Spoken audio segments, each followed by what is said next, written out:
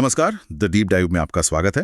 आज 3 फरवरी 2026 है और आज हम बात करेंगे हॉर्न ऑफ अफ्रीका की, जहां पिछले कुछ हफ्तों में जो कुछ हुआ है वो किसी जियोपॉलिटिकल थ्रिलर से कम नहीं है। बिल्कुल। और इस पूरी उथल-पुथल को समझने के लिए हमारे पास कई स्रोतों से जानकारी है। न्यूज़ रिपोर्ट्स हैं, थिंक टैंक एनालिसिस हैं और ज़मीनी हकीकत पर भी नज़र है।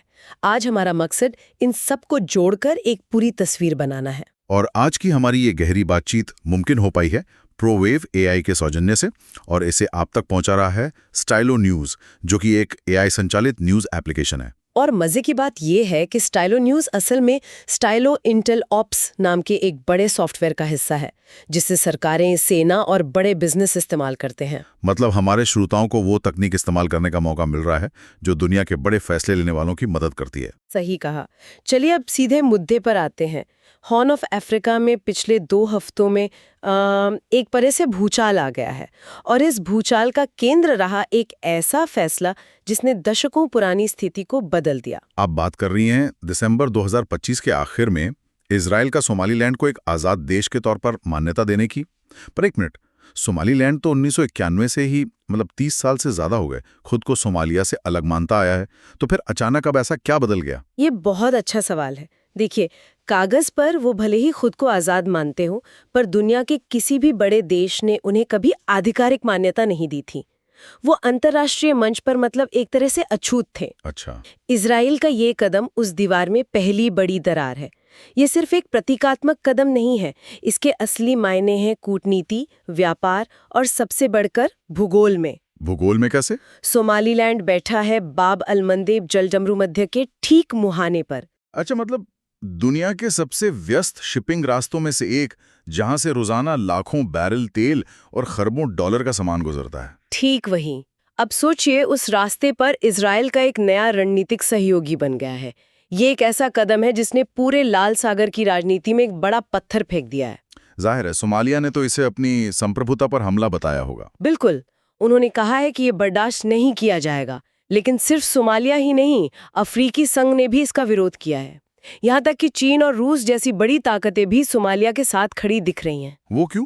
उनका क्या लेना देना इससे? क्योंकि ये एक खतरनाक मिसाल कायम करता है। हर बड़े देश में कोई ना कोई अलगाववादी आंदोलन चल रहा है। चीन को ताइवान की चिंता है, रूस को चेचन्या की। अगर वो सोमालीलैंड का समर्थन करते हैं तो कल कोई उनके अलगाववादी गुटों को मान्यता दे सकता है। समझ गया। इसलिए वो सब क्षेत्रीय अखंडता के सिद्धांत के पीछे खड़े हो जाते हैं। लेकिन असली खेल तो क्षेत्रीय ताकतों के बीच शुरू हुआ है। इस एक फैसले के बाद तो जैसे एक होड़ सी लग गई है। ठीक है, तो इजराइल के इस कदम से पूरे इलाके में हलचल मच गई। सबसे पहली और सबसे तीखी प्रतिक्रिया कहां से आई? सबसे तीखी प्रतिक्रिया आई मिस्र से।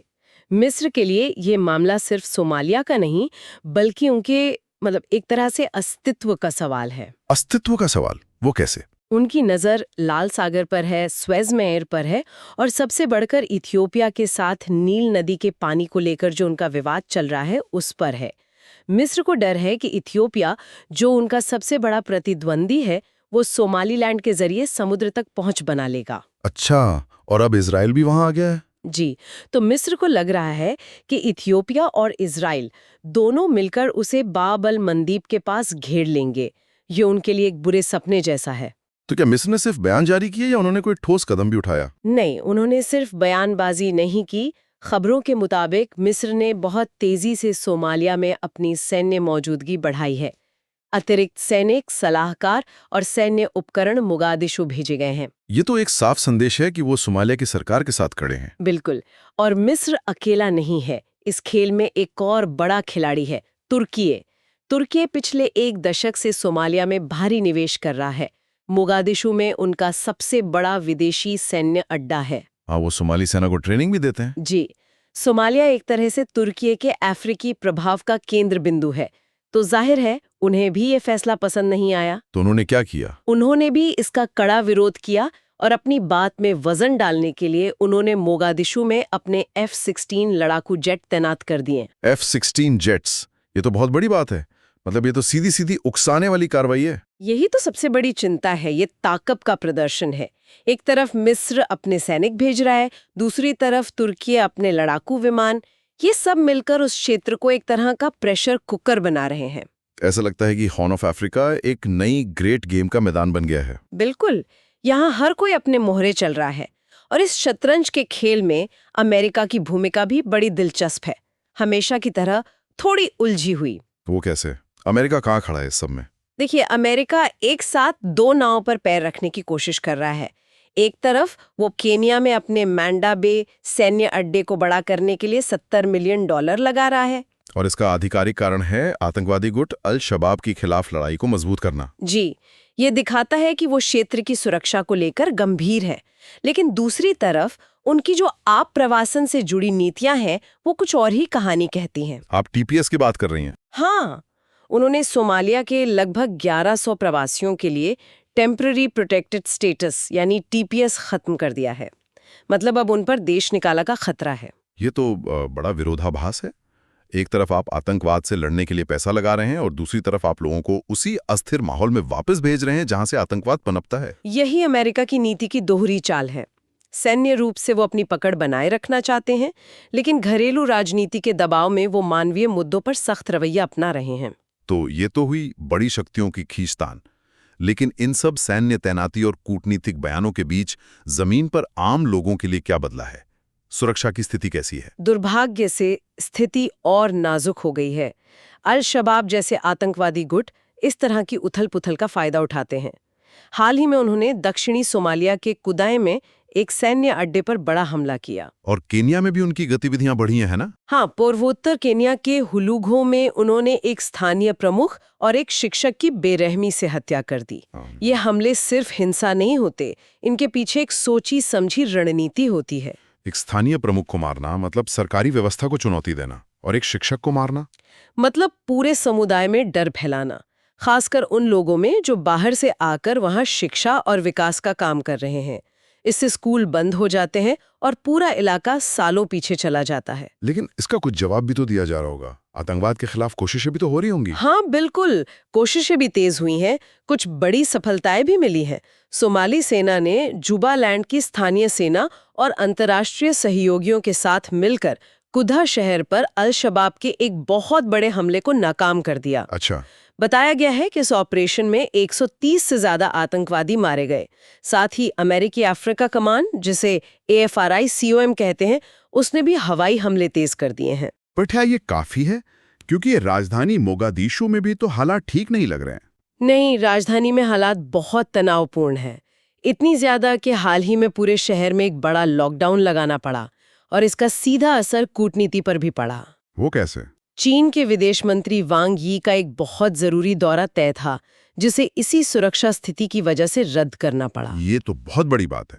जब चीन जैसी महाशक्ति का विदेश मंत्री सुरक्षा कारणों से अपना दौरा रद्द कर दे, तो ये दुनिया को एक बहुत बड़ा संदेश देता है। बिल्कुल, ये दिखाता है कि जमीनी सुरक्षा और अंतर्राष्ट्रीय संबंध कितने गहरे जुड़े हुए हैं। और इसी उथल-पुथल के बीच क्षेत्र के दूसरे देशों में भी कुछ अहम घटनाक्रम हुए हैं, जैसे युगांडा के चुनाव। हाँ, युगांडा के चुनाव इसका एक बेहतरीन उदाहरण है। राष्ट्रपति योवेरी मुसेवेनी ने एक बार फिर चुनाव जीत लिया है।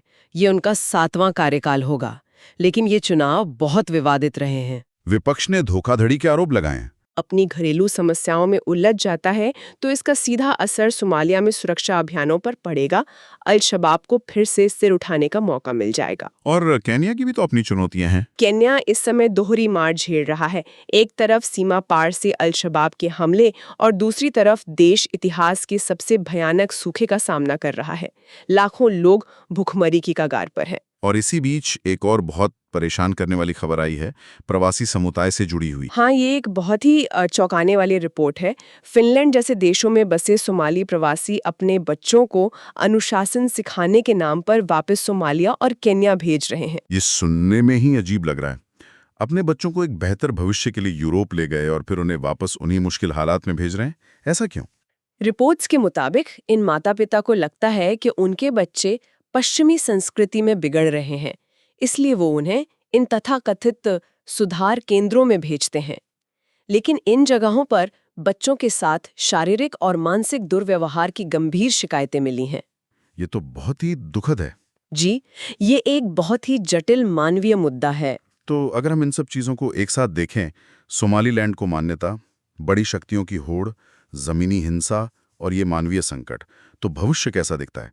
आने वाले समय में हमें किन चीजों पर खास नजर रखनी चाहिए? मेरे ख्याल से 4-5 मुख्य बातें हैं। सबसे पहली और सबसे जरूरी चीज है सोमालिया के 2026 के चुनाव। सोमालीलैंड को मान्यता मिलने के बाद ये चुनाव अब सिर्फ सरकार चुनने की प्रक्रिया नहीं रहे। ये इस बात की परीक्षा होंगे कि क्या सोमालिया एक देश के रूप में अपनी संप्रभुता बचा पाएगा? बिल्कुल। दूसरी बात है सैन्य अभियान। अल शबाब के खिलाफ ये अभियान और तेज होंगे। इनकी कामयाबी या नाकामी का सीधा असर चुनावों पर पड़ेगा। और कीनिया में मांडा बे बेस का विस्तार भी तो है। हाँ, वो भी 2026 में ही पूरा होने की उम्मीद है। उससे इस क्षेत्र में अमेरिकी सैन्य दखल को एक नया आयाम मिलेगा। और आखिर में सोमालीलैंड को लेकर जो कूटनीतिक तनाव शुरू हुआ है वो आसानी से खत्म नहीं होगा। मतलब ये राजनयिक शतरंज का खेल अभी लंबा चलेगा। जी हाँ। अब देखना ये है कि क्या कुछ और देश भी इजराइल की राह पर चलते हैं। ये क्षेत्रीय गठबंधनों को फिर से परिभाषित कर सकता है। कौन किसके साथ है और क्यों, ये समीकरण आने वाले महीनों में और साफ होंगे। ये वाकई एक बहुत ही पेचीदा और तेजी से बदलती स्थिति है। पूरी बातचीत से एक बड़ा सवाल मेरे मन में उठ रहा है।